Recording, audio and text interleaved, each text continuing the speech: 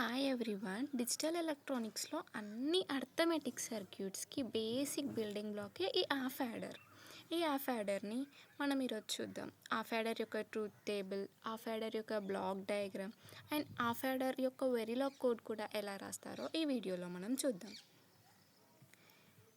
అసలు half adder అంటే ఏంటి? హాఫ్ యాడర్ అంటే 2 1-bit నెంబర్స్ని యాడ్ చేసి సమ్ అండ్ క్యారీ ఎక్స్ప్రెషన్స్ మనకిస్తాయి. రిజల్ట్స్లో సమ్ క్యారీ ఇస్తుంది.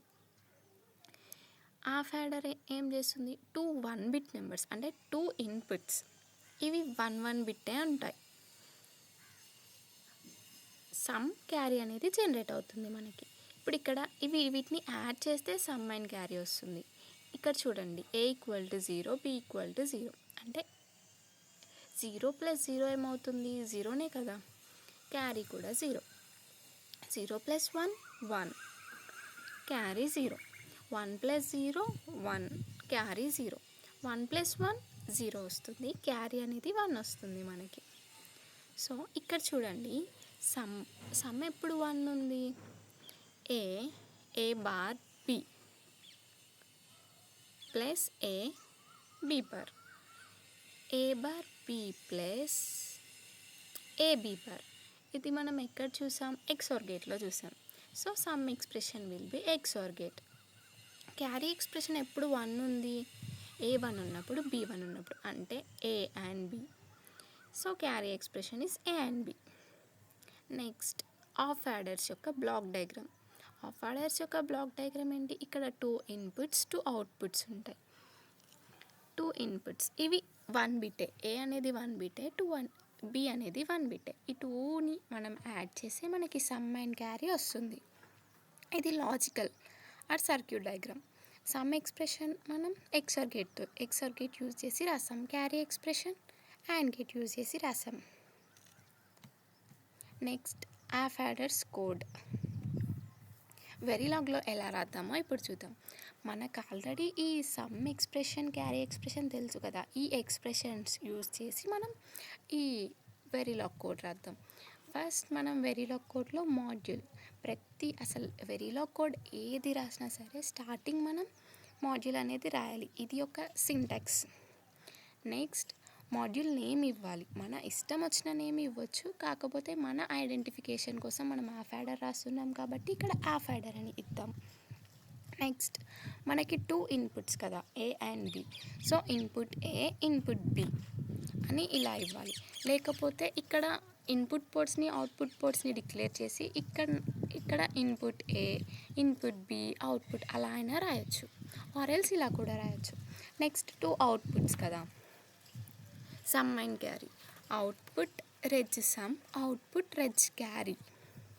ఇక్కడ రెజ్ ఎందుకు రాసామంటే ఆల్వేస్ బ్లాక్లో మనం ఈ ఎక్స్ప్రెషన్స్ రాస్తున్నాం కాబట్టి కంపల్సరీగా రెజ్ అని రాయాలి, లేకపోతే మనకి ఎర్రర్ వస్తుంది.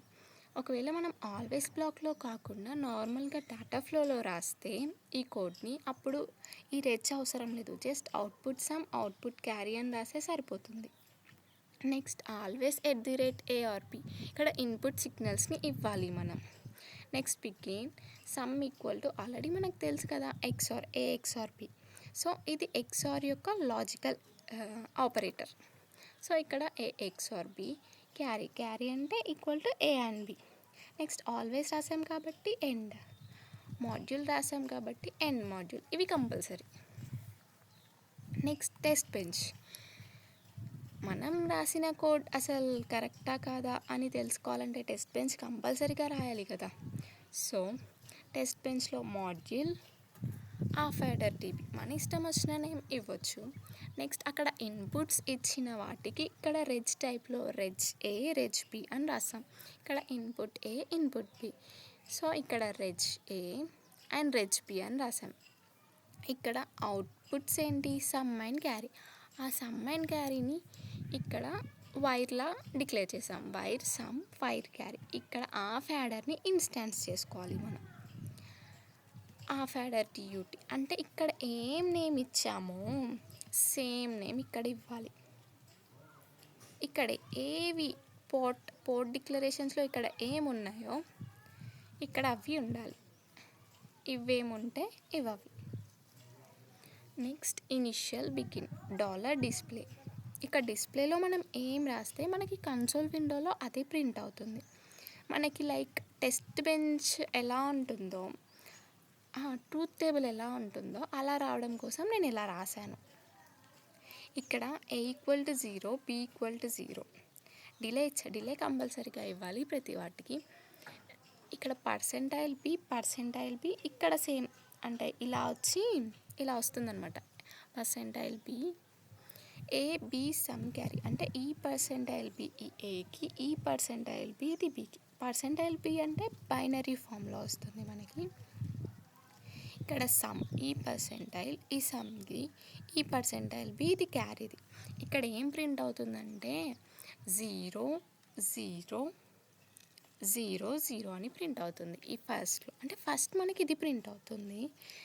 నెక్స్ట్ ఇది ప్రింట్ అవుతుంది కన్సోల్ విండోలో. నెక్స్ట్ 0 0 0 0 అని ప్రింట్ అవుతుంది. ఇక్కడ 0 1 1 0 అని ప్రింట్ అవుతుంది. ఇక్కడ 1 0 1 0 అని ప్రింట్ అవుతుంది. ఇక్కడ 1 1 0 1 అని ప్రింట్ అవుతుంది. ఇక్కడ ఇవన్నీ మనకి ఎన్ని కావాలో అవన్నీ రాసిన తర్వాత డాలర్ ఫినిష్ ఇవ్వాలి.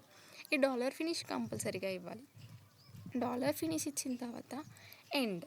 ఇక్కడ బిగిన్ యూజ్ చేసాం కాబట్టి ఇక్కడ ఎండ్ కంపల్సరీ.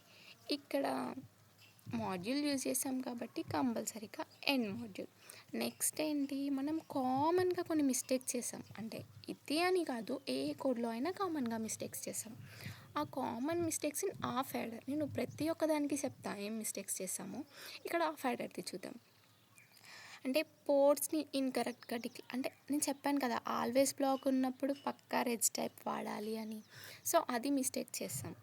ఇంకా ఏంటి, ఈ లాజికల్ ఎక్స్ప్రెషన్స్ ఉన్నాయి కదా, వాటిని ఓకే మన మైండ్లో కరెక్ట్ ఉంటుంది, కానీ రాసేటప్పుడు సడన్గా ఎక్సార్ అంటే సమ్ ప్లేస్లో ఎక్సార్ కదా మనం యాండ్ అని రాస్తాం, క్యారీ ప్లేస్లో యాండ్ కదా కానీ ఎక్సార్ అని రాస్తాం. ఈ మిస్టేక్స్ అవాయిడ్ చేయాలి, మనం చూసుకోవాలి మంచిగా. Next delays. ఇప్పుడు టెస్ట్ బెంచ్ రాసేటప్పుడు డిలేస్ని ఫార్గెట్ చేస్తాం కదా, అది కూడా. నెక్స్ట్ ఏంటి, ఈ పోర్ట్ నేమ్స్ ఇస్తాం కదా, ఇవి కూడా మిస్ మ్యాచ్ అయినా మనకి ఆన్సర్ రాంగ్ వస్తుంది. డాలర్ ఫినిష్ కూడా కంపల్సరీగా ఇవ్వాలి.